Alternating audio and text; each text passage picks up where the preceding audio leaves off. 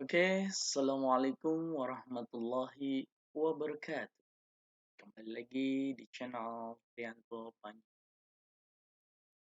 Terima kasih kepada anak-anakku sampai saat ini kita masih melakukan pembelajaran online.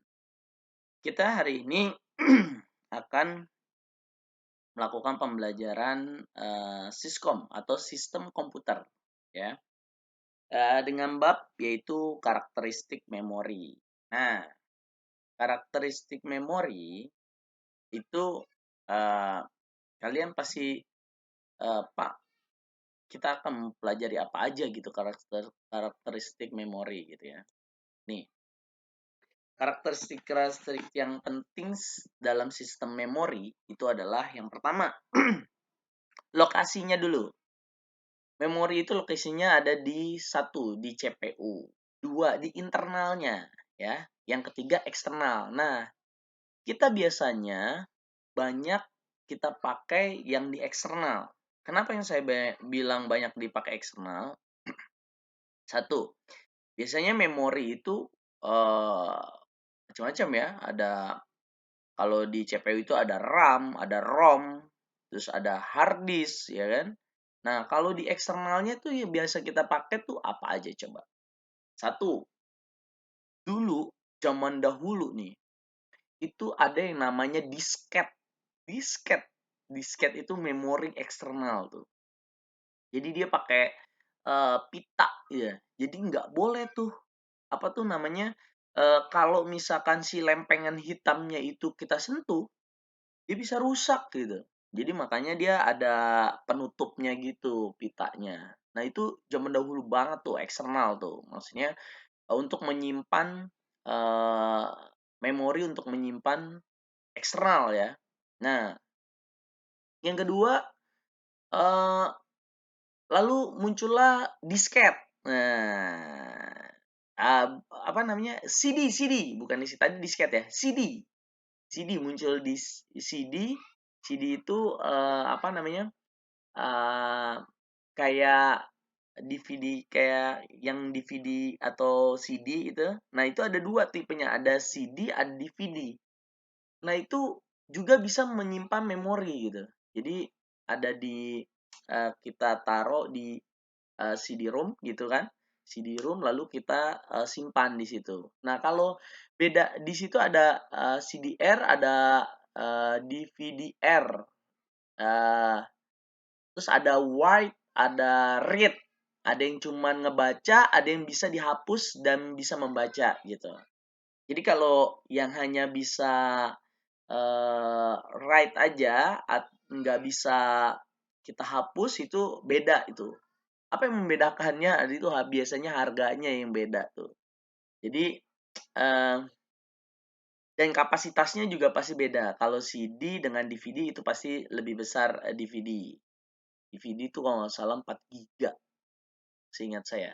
Nah, setelah itu muncullah baru flash disk. Tuh flash disk tuh yang biasa kita sekarang pakai itu. Flash disk dengan kapasitas yang sudah ada yang satu tera ada kalau nggak salah ya flash disk sekarang tuh. Flash disk yang kecil itu. Nah, eh tapi eh, karena dia kecil, kalau menurut saya rentan gitu. Nah, makanya orang lebih suka dengan kapasitas dari hard disk eh, eksternal, ya kan, yang biasa dibawa tuh kotak kecil yang bisa dibawa kemana-mana gitu. Nah, itu kapasitasnya besar gitu kan. Nah, eh, itu tadi adalah lokasi-lokasi dari memori. Tadi di CPU itu ada RAM, ROM, ya kan, ada hard disk tadi. Nah, di internal juga yang apa? Seperti yang saya bicarakan eksternal yang tadi saya bilang eh, tahapan dari memori eksternal itu seperti itu, mulai dari disket, CD, flash disk, lalu hard disk eksternal gitu kan sampai sekarang kapasitasnya itu udah lumayan besar gitu. Nah, kapasitas. kapasitasnya itu, nih, karakteristik memori yang jelas adalah kapasitasnya. Kapasitasnya yang jelas tuh dalam memori itu. Kapasitas ini dinyatakan dalam bit, ya, bit ya. 1 bit itu bit, 1 bit itu sama dengan 8 bit. Bit ya, beda ya, bit sama bit.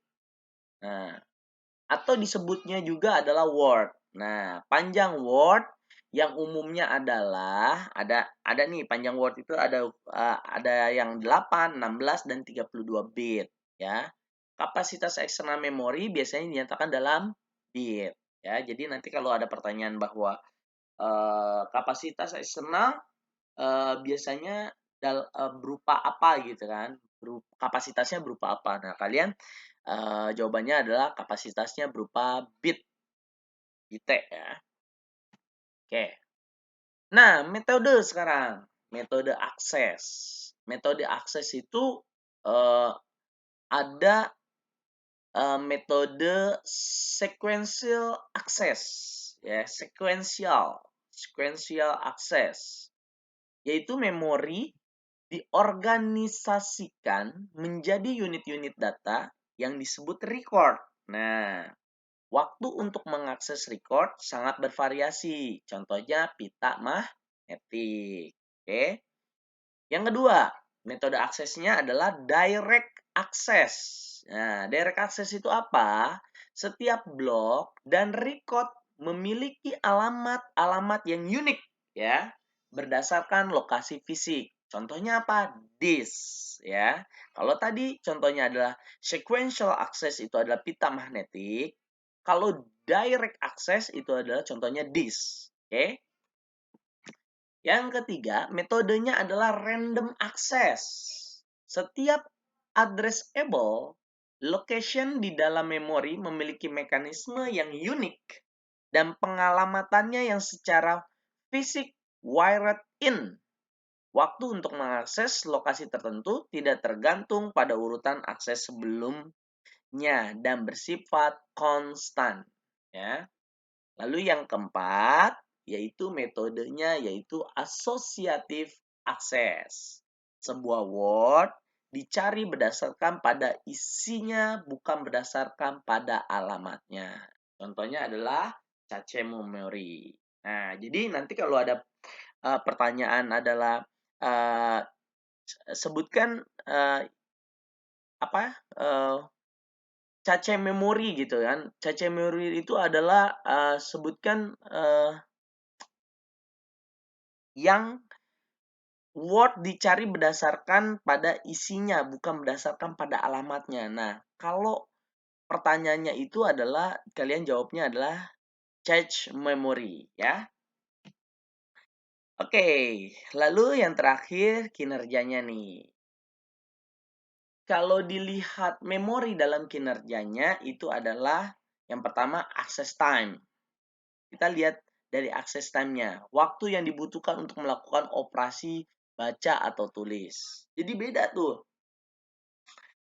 antara tadi yang saya bilang tuh, mulai dari disket, CD, dari apa tuh, flash disk, dari hard disk itu memiliki access time yang berbeda-beda. Nah, kalian coba cari mana access time-nya yang paling cepat gitu untuk operasi baca dan tulisnya. Access time ditambah dengan waktu tambahan yang diperlukan agar transient hilang dari signal. Nah, ini dilihat dari cycle time-nya. Access time ditambah dengan waktu tambah yang diperlukan agar transient hilang dari signal. Lalu yang ketiga, kinerjanya dari transfer rate. Nah, kecepatan data agar dapat ditransfer ke unit memori atau ditransfer dari unit memori. Jadi dia dilihat dari kita pada saat copy paste gitu. Nah, itu terlihat tuh siapa yang lebih cepat. Nah, kalian bisa melakukan eksperimen gitu ya, eksperimen. Kalau misalkan dengan file yang sama atau dengan folder yang sama, kalian ingin memindahkan, kalau memakai disket itu berapa lama, kalau memakai CD itu berapa lama, kalau memakai flash disk itu berapa lama, atau memakai hard disk berapa lama gitu. Nah,